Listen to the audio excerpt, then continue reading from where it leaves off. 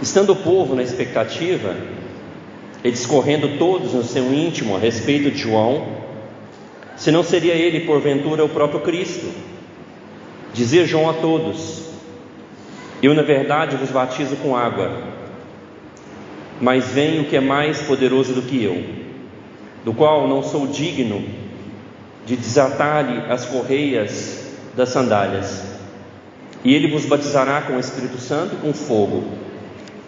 A sua pá ele a tem na mão, para limpar completamente a sua eira e recolher o trigo no seu celeiro, porque queimará a palha em fogo inextinguível.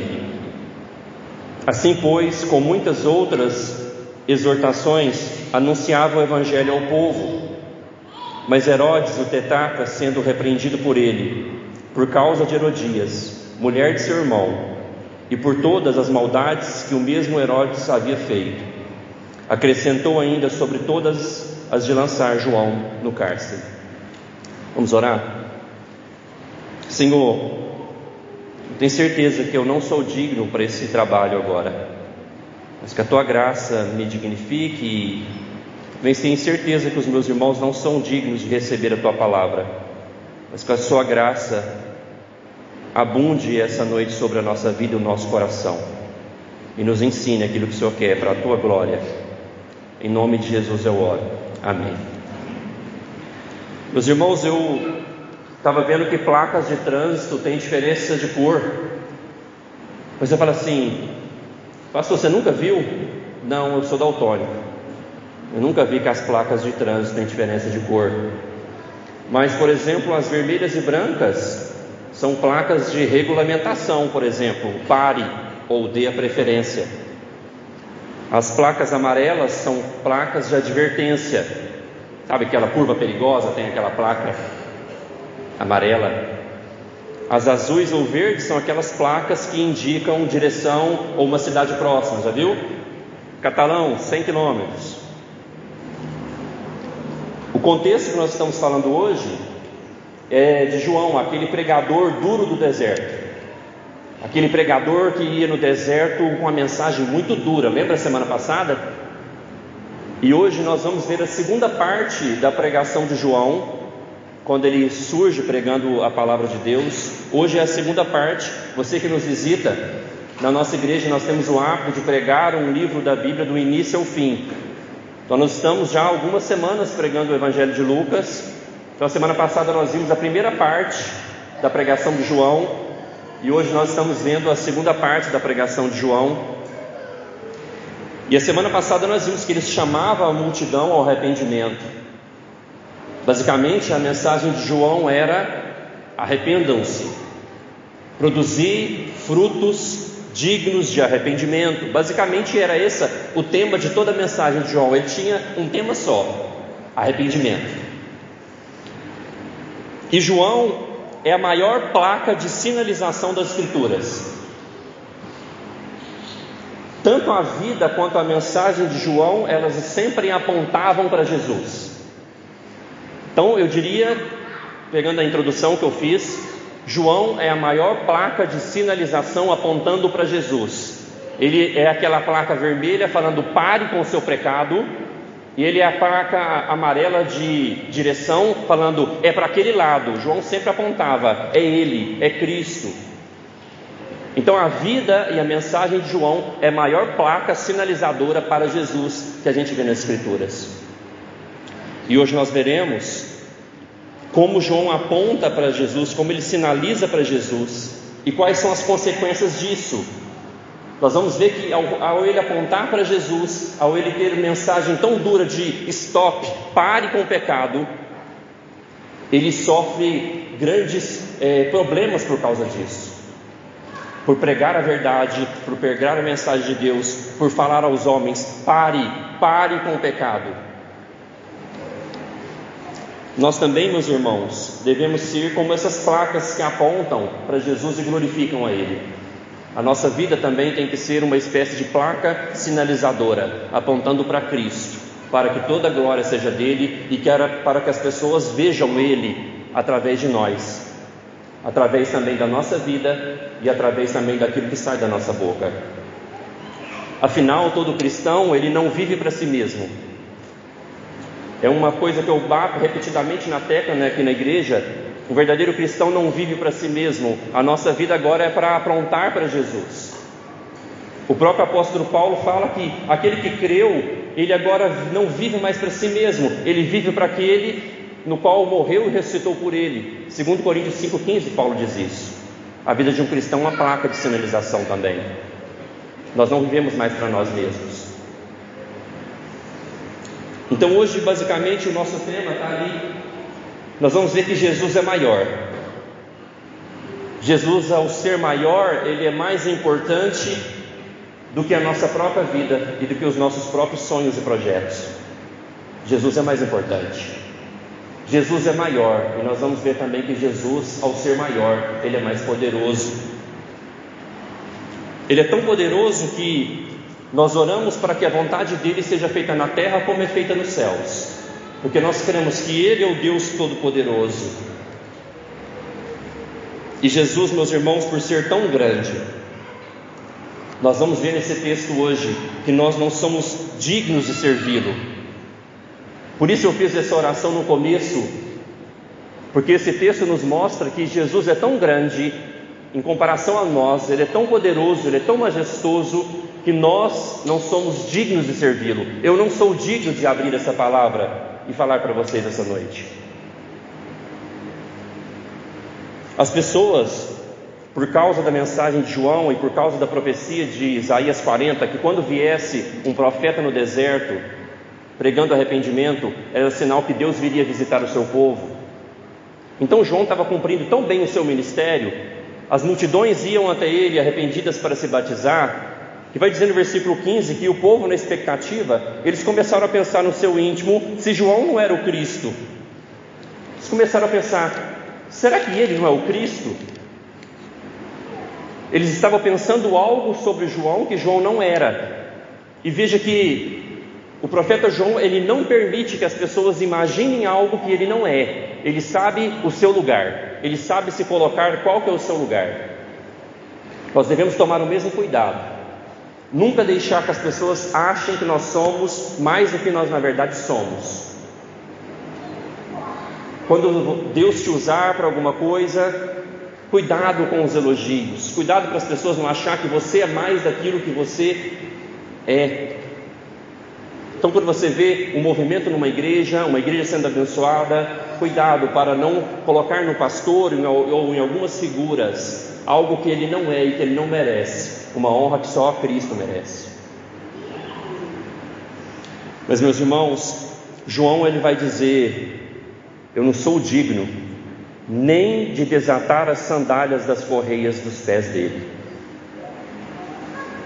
Naquela época era comum ter escravos, e quando tinha um escravo inútil, um escravo que ele não tinha aptidão física nenhuma, o trabalho de um escravo que não conseguia fazer mais nada era desatar as sandálias do seu senhor e lavar os pés do seu senhor. Tanto que em Lucas 7, quando Jesus chega numa casa, Jesus inclusive parece que reclama, ele fala assim: olha, eu cheguei nessa casa e vocês nem me deram água para os pés. Então era algo comum naquela cultura.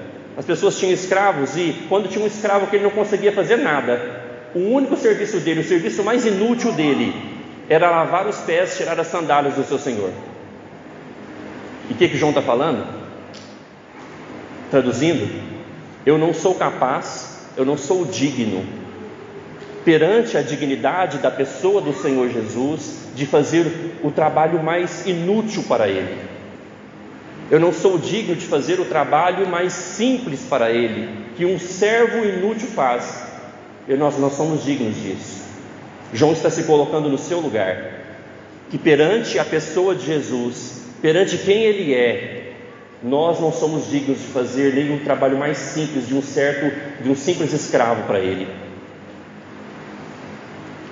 Lá no capítulo 5, Pedro ele tem uma percepção bem parecida no Evangelho de Lucas, que é quando Jesus ele pega e manda Pedro pescar, e Pedro já tinha pescado a noite inteira, não tinha pegado nada, e daí tem uma pesca maravilhosa, e daí Pedro fica assustado com a sabedoria, com o poder de Jesus, A Bíblia fala que em Lucas 5:8 Pedro diz assim: afasta-se de mim, porque eu sou um pecador. Pedro, ao ver o poder de Jesus, Pedro, ao reconhecer a sabedoria e a graça de Jesus, o tamanho da pessoa dele, que ele é maior, Pedro fala para Jesus: não chega perto de mim não, porque eu sou um pecador. Esse é o sentimento, meus irmãos, de todo aquele que pela graça de Deus tem a revelação de quem Cristo é, da dignidade da pessoa dele, do tamanho da pessoa dele, de quem ele é. Nós não somos dignos nem de tirar as sandálias de seus pés. Então João está mostrando para o povo assim: olha, eu não sou Cristo. Ele está falando: Jesus é mais importante, é maior do que eu. João está falando assim: eu sou um profeta, mas o trabalho dos profetas era falar de Jesus. Então quando Jesus chega, é a própria palavra de Deus encarnada, é o verbo eterno que se encarnou. Então João, ele fala quem ele não é e aponta para quem Cristo é, o Senhor digno de toda honra e toda glória. Meus irmãos, quando a gente vai estudar os evangelhos, outros também, como o evangelho de João, a gente vê que João, ele sempre apontou para Jesus como se fosse uma grande placa sinalizadora. Por exemplo, no evangelho de João, no capítulo 1, versículo 29, quando João vê Jesus, ele fala: esse é o Cordeiro de Deus que tira o pecado do mundo. Daí lá no versículo 30, João fala assim: ele já existia antes de mim, João 1,30. Daí em João no capítulo 3, no versículo 29, João diz o seguinte: o que tem a noiva é o noivo. O amigo do noivo que está presente e o ouve, muito se regozija por causa da voz do noivo, pois esta alegria já se cumpriu em mim. Convém que ele cresça e que eu diminua. João, quando o povo sempre pensava que ele era o Cristo, ele fala assim: quem tem a noiva é o noivo, o dono da igreja é Jesus. E ele se coloca numa posição tão bonita, eu coloquei até no meu Instagram: amigo do noivo. E daí João usa essa expressão tão bonita: convém que ele cresça e que eu diminua. Meus irmãos, esse versículo, convém que ele cresça e ele diminua, deveria ser a temática das nossas vidas. Porque Jesus não é maior e mais importante apenas do que João. Jesus é maior e mais importante do que nós mesmos. A nossa vida, como eu falei um pouquinho na introdução, ela deve girar em torno de Jesus, porque Ele é maior do que nós, Ele é mais importante do que nós. Se a gente imaginar a história da humanidade como um grande filme, todos nós somos atores coadjuvantes para que o ator principal apareça, brilhe e toda a glória seja dele. A vida de todos nós, todo cristão, todo aquele que foi chamado para participar da noiva, deve ser uma placa sinalizadora para apontando: é Ele, é Cristo, que Ele cresça. Eu não sou digno nem de desatar as sandálias de seus pés. A nossa vida deve girar em torno de Jesus, meus irmãos. Estou tentando viver isso, e estou tentando ensinar isso dos meus filhos. Preparando essa mensagem, lembrei quando a gente estava em outra cidade, pastoreando, e a gente veio mudar para Uberlândia. E daí na cabeça dos meus filhos, criança gosta, né? Vai acostumando com a cidade, não quer mudar, e a igreja lá estava indo bem. E daí na cabeça deles: por que nós vamos mudar se aqui está bom? E daí o que eu vou falar para essas crianças se entenderem? Daí eu falei assim: Kaique, nós vamos porque Jesus mandou. Daí o ano passado, os irmãos sabem que da igreja fez uma viagem missionária para a Índia. Daí, para a Índia nós não vamos não, né? O que eu respondi? Se Jesus mandar, nós temos que ir para a Índia. Por quê, meus irmãos? Porque a nossa vida deve girar em torno da vontade de Jesus, como placas sinalizadoras para que as pessoas vejam Ele e para que a vontade dele seja feita. Então o verdadeiro cristão não vive pelos seus sonhos, O verdadeiro cristão vive aquilo que Cristo quer fazer na sua vida e através da sua vida, para que convém que Ele cresça e a gente diminua. Mas como que isso se dá na prática? Vou dar alguns exemplos práticos para você. Como que isso se dá na prática para que a sua vida sinalize para a glória de Jesus? Isso se dá quando a gente busca a santificação, moldando a nossa vida de acordo com a palavra de Deus. Quando você busca a santificação, quando você busca uma vida nova de arrependimento de pecados, você está colocando isso na prática. Quando você prega a palavra de Deus, você está na prática sinalizando para Jesus. Mas também quando você tira as sandálias e lava os pés de pessoas semelhantes a você, quando você serve uns aos outros, você também está colocando a vida de Jesus no centro da sua vida. Então, quando você vive a palavra, quando você conhece a palavra e essa palavra molda a sua vida, Cristo está crescendo e você diminuindo. Quando você prega essa palavra para alguém, Cristo está crescendo e você diminuindo. Quando você lava os pés dos semelhantes, servindo uns aos outros, Cristo está crescendo e você diminuindo. Esse é o propósito das nossas vidas, porque mesmo não sendo dignos desse trabalho, Ele nos chama para servi-lo. Nós não somos dignos, mas a graça dele nos qualifica para fazer. Por exemplo, a semana que vem tem a ceia. Nós não somos dignos de participar da ceia semana que vem, mas a graça dele nos qualifica, nos dignifica para participarmos. Então, mesmo não sendo dignos, a graça dele nos prepara para fazer aquilo que ele manda a gente fazer, que é moldar a nossa vida de acordo com a palavra, que é pregar a palavra, que é servir uns aos outros, lavando os pés dos semelhantes. Mas é sempre importante, meus irmãos, que nós coloquemos as coisas no seu devido lugar. Nós somos servos indignos de Jesus, porque Ele, o único digno, já nos serviu. Ele nos serviu com a sua perfeita obediência. Ele nos serviu indo para aquela cruz, morrendo pelos nossos pecados. Ele nos serviu ressuscitando. Inclusive a Bíblia diz que Jesus continua nos servindo. Em Hebreus 7:25 diz que Ele vive agora intercedendo por nós, como sumo sacerdote diante do Pai. Jesus nos serviu e continua nos servindo, mas agora nós servimos Ele, mesmo sendo indignos a fazê-lo. Meus irmãos, o profeta João também agora diz que Jesus, Ele é o Deus Todo-Poderoso. João, após dizer que não é digno, diz que Jesus tem um batismo que João não tem. Acompanhe comigo o versículo 16 de novo. Disse João a todos: eu na verdade vos batizo com água, mas vem o que é mais poderoso do que eu, do qual não sou digno de desatar-lhe as correias das sandálias. Ele vos batizará com o Espírito Santo e com fogo.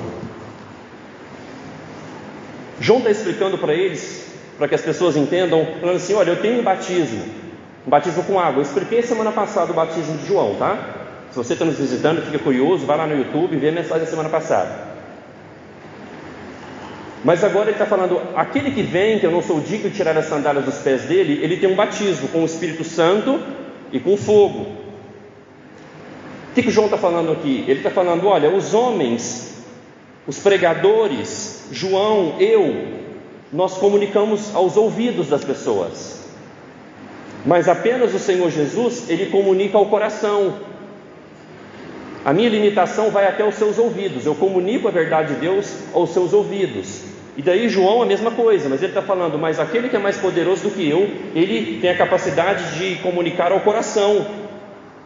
João e eu hoje, como ministro do Evangelho, eu jogo água nas pessoas, que é um sinal visível, né, que aquela pessoa creu, mas só o Espírito, ele batiza o invisível. Só o Espírito batiza o coração das pessoas. Traduzindo, Jesus, ele faz o que é o impossível, que é de dar fé, que é de dar uma regeneração. que é de trazer a pessoa das trevas à luz. Por isso nós pregamos o Evangelho, porque nós confiamos que Jesus, Ele tem um poder que os pregadores não têm, que é de batizar o coração das pessoas, que é de trazer novo nascimento no coração das pessoas, que é de trazer fé no coração das pessoas, porque eu creio que Jesus é poderoso para batizar os corações com o Espírito Santo, por isso eu prego. Mas João e eu e você que vai pregar a palavra, saiba da sua limitação, você só consegue comunicar aos ouvidos. E o batismo com o Espírito, Jesus ele dá para as pessoas na conversão. Todo aquele que creu, ele foi batizado com o Espírito Santo. Algumas igrejas criaram aí, que você crê e depois você recebe um segundo batismo com o Espírito Santo. Não existe isso. Se você creu, se o seu coração foi transformado e você entregou sua vida para Jesus, Jesus batizou o seu coração com o Espírito Santo. Você foi batizado. Aquela água derramada sobre você é o sinal visível do batismo invisível, que Cristo batiza os corações das suas ovelhas, aqueles que ouvem e creem na mensagem. Por exemplo, 1 Coríntios capítulo 12, versículo 13, o apóstolo Paulo diz: pois, 1 Coríntios 12, 13,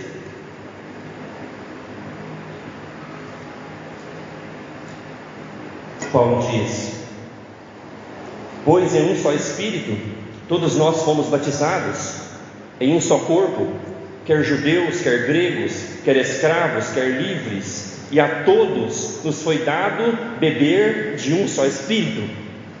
Veja que o Espírito batiza pessoas livres, batiza pessoas cultas, pessoas incultas, pessoas de todo tipo de raça. Jesus batiza com o seu Espírito. E o Espírito, meus irmãos, dado por Cristo a nós, é o que nos capacita a crer e a servir a Jesus. Por isso, crentes, depois de receber o batismo, o aconselhamento agora de Paulo é que nós agora nos enchamos do Espírito. Mas todo aquele que creu já foi batizado com o Espírito. Mas, meus irmãos, Jesus também batiza com fogo. E esse batismo eu aconselho que você não peça para Jesus. Eu vou explicar para vocês. Sim, é verdade que a Bíblia fala que a purificação que Deus faz no nosso coração, a santificação, ela se dá como o ouro que é purificado no fogo. É verdade, a Bíblia diz isso, o apóstolo Pedro disse isso. Mas quando o apóstolo Pedro disse sobre a purificação da fé, assim como o ouro é purificado no fogo, o apóstolo Pedro está falando que isso é sofrimento, que isso é provação. Mas esse batismo aqui do versículo 16 e 17... está falando que Jesus vai queimar a palha. Então esse batismo com o fogo aqui é condenação. Olha o versículo 17: a sua pá ele a tem na mão, para limpar completamente a sua eira e recolher o trigo no seu celeiro, porém queimará a palha em fogo inextinguível. Meus irmãos, aqui está claro que esse batismo com fogo é condenação, é a palha que é queimada. João está fazendo uma distinção das pessoas que creem e as que não creem. As que creem são o trigo. Aqueles que são batizados com o Espírito, eles serão guardados no celeiro. E aqueles que não creem, eles serão batizados com fogo, eles serão condenados. Em Salmos, no capítulo 1, versículo 4, diz assim: uns ímpios não são assim, são porém como a palha que o vento dispersa. Então quando a Bíblia fala de, versículo 4, quando a Bíblia fala de palha, ela está falando dos ímpios. Então não peça esse batismo com fogo, senão você está pedindo condenação. O que João está falando? Que ele não é capaz nem de um e nem de outro batismo, mas que Jesus, que é maior do que ele, é capaz de salvar, mas ele também condenará todo aquele que não crê. A palha batizada com fogo, condenação. Mais uma vez, meus irmãos, Como eu falei semana passada várias vezes, a pregação de João, ela não se encaixaria nessas igrejas modernas. João aqui ele apresenta o Jesus bíblico, o Jesus verdadeiro, não uma caricatura de Jesus esperando você, aguardando a sua decisão pessoal. Um Jesus carente. Não, ele está falando, se ele quiser ele batiza com o Espírito, e se ele quiser ele batiza com fogo. Ele salva quem ele quiser e ele condena quem ele quiser. E no versículo 18 vai falar que tudo isso que João pregava é o Evangelho. Assim, pois, com muitas outras exortações, anunciava o Evangelho ao povo. Veja que a mensagem de João é o Evangelho. Vamos lembrar então um pouquinho da semana passada? João chamava as pessoas de raça de víboras, ou seja, até que prove ao contrário, por meio de arrependimento e batismo. Para João, todos são filhos do diabo. João chama as pessoas ao arrependimento. João fala da ira vindoura. E agora, no versículo 18, diz que João ainda fazia muitas outras exortações, que não está descrita no texto. A pregação dele tinha muitas outras exortações, mas aqui ele pregando o Evangelho, ele aponta para Cristo Jesus. Então, se você quer pregar o Evangelho, falar do Evangelho, você não pode deixar de falar do pecado e das consequências do pecado, e você não pode deixar de mostrar Cristo Jesus como a solução para o pecador. Você não pode falar dos dois batismos, do Espírito Santo e o batismo com fogo que Jesus tem para dar. Aqueles que creem são batizados com o Espírito, o trigo guardado no celeiro. Aqueles que não creem serão batizados com fogo, a palha será queimada. Mas ao pregar a verdade, naquela época, João levanta o ódio desse mundo. E assim não será diferente para nós hoje. Ao pregar a verdade, João levanta o ódio do mundo. O que aconteceu? Versículo 19. Olha o que ele fez, olha a ousadia da pregação dele. Mas Herodes, o tetrarca, sendo repreendido por ele por causa de Herodias, mulher de seu irmão, e por todas as maldades que o mesmo Herodes havia feito, acrescentou ainda sobre todas a de lançar João no cárcere. João denunciou publicamente os pecados de uma figura de autoridade. Tetrarca era uma espécie de governador de uma pequena província, aqui no caso da Galileia, esse Herodes. Não sei se você sabe qual era o pecado de Herodes, além das suas maldades que João denuncia. Diz que João denuncia o relacionamento adúltero dele com a mulher do seu irmão. Está entendendo? João se mete com uma figura pública. Ele denuncia o pecado daquele homem, as maldades daquele homem, o adultério daquele homem. Sabia que esse é o papel também da igreja, irmãos, ao ser sal e luz nesse mundo? Quando a gente pensa que a igreja vai ser sal e luz desse mundo, é que a igreja vai fazer o bem, vai fazer boas obras também. As nossas boas obras glorificam ao Pai que está nos céus. A igreja deve fazer boas obras, isso também é salgar e iluminar esse mundo. Mas salgar e ser luz no mundo é viver a palavra. A vida dos crentes, ela é uma vida contracultural. Ela ilumina esse mundo vivendo de uma maneira diferente desse mundo. Mas também faz parte de ser sal e luz do papel da igreja, nós denunciarmos o jeito que essa cultura, que essa sociedade ofende a Deus.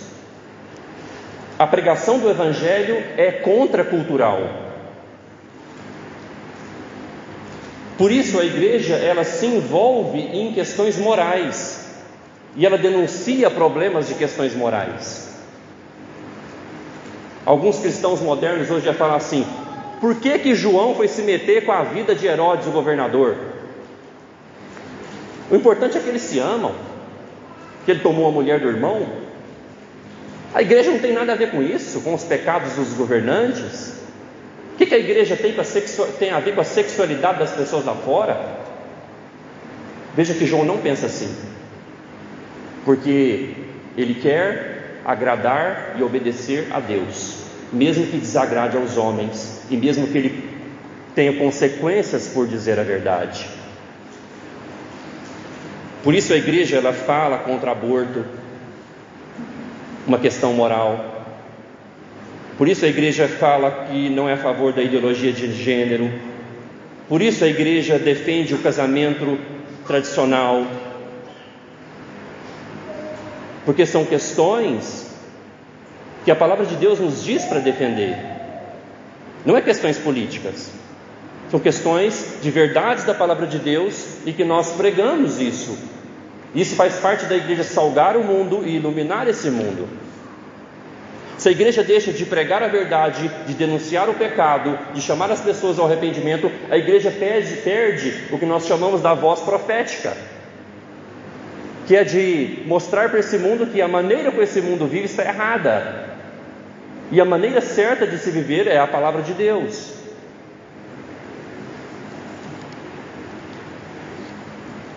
O problema é que ao dizer isso, João, ele foi para a cadeia. Versículo 20, acrescentou ainda sobre todas as de lançar João no cárcere. Mas João está disposto a cumprir o seu chamado. Ele está disposto a ser uma placa de sinalizadora para Cristo, mesmo que isso custe a sua própria vida. Porque eu não sei se você conhece a história. Depois essa mulher Herodias ficou com tanta raiva dele que pediu a cabeça dele numa bandeja, e ele foi decapitado. Ele perdeu a cabeça por causa da verdade.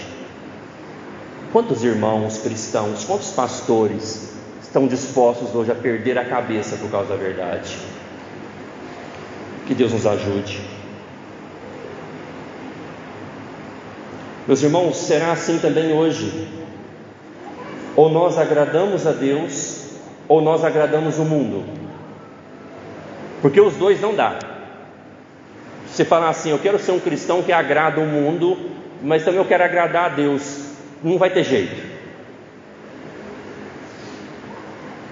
Porque a própria Bíblia, em Tiago, no capítulo 4, versículo 4, fala o seguinte: infiéis, não compreendeis que a amizade do mundo é inimiga de Deus?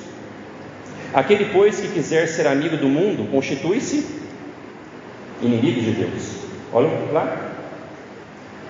João prefere ser amigo de Deus e acaba preso, depois ele perde a sua cabeça. E daí eu tenho que perguntar para você, porque quando eu estava meditando para pregar, Deus tem que falar comigo primeiro, né? Então eu já tomei minha decisão. Eu também, pela graça de Deus, estou disposto a cumprir o meu chamado. E talvez desagradar alguns homens vai fazer parte do processo de obedecer a Deus.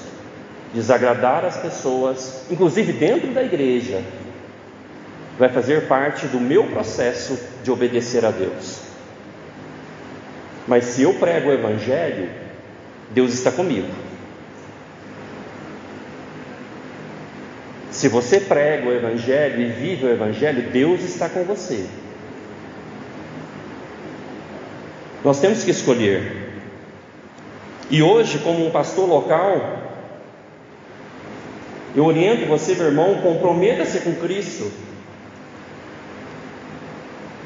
Viva para Cristo, lute pelo Evangelho, lute pelo reino de Deus. Porque, meu irmão, Jesus é mais importante do que João. Jesus é mais importante do que você.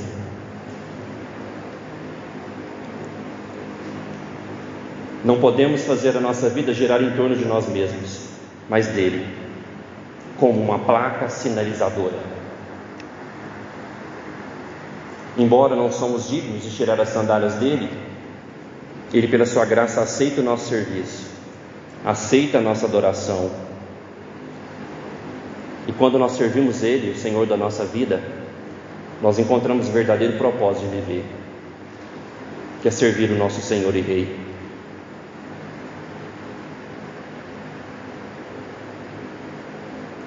Você pode pedir o batismo com o Espírito Santo, sabia? Quero ir para agora para Lucas, capítulo 11.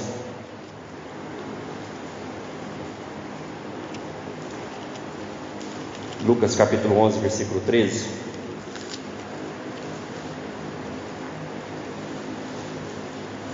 Diz o seguinte: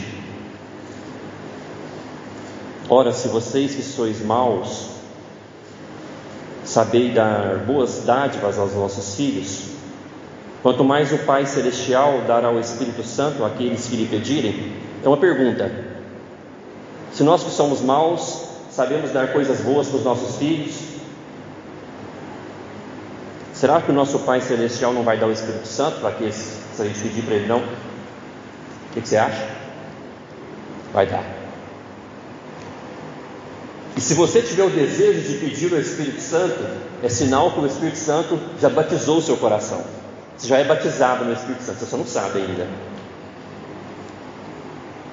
Porque só tem 2 batismos. Ou Ele te batiza com o Espírito, e você crê, ou você vai ser batizado com fogo. E desse batismo eu falo para você: fuja dele. Peça hoje o batismo com o Espírito Santo. Porque eu não tenho poder de te batizar com o Espírito Santo. Posso no máximo jogar água na sua cabeça. Mas Jesus é todo poderoso e Ele pode batizar o seu coração com o Espírito Santo. E você nunca mais será o mesmo. Você vai entregar a sua vida para Ele, e assim você vai encontrar o verdadeiro propósito de viver, que é de servir o Senhor dos Senhores e o Rei dos Reis, no qual você não é digno nem de tirar a sandália dele, mas Ele, pela graça, aceita o seu serviço e a sua adoração. Aquele que tem o poder de batizar os corações é o nosso Senhor e Rei. O que nós vamos fazer? Viver como placas sinalizadoras para a glória dele. Oremos.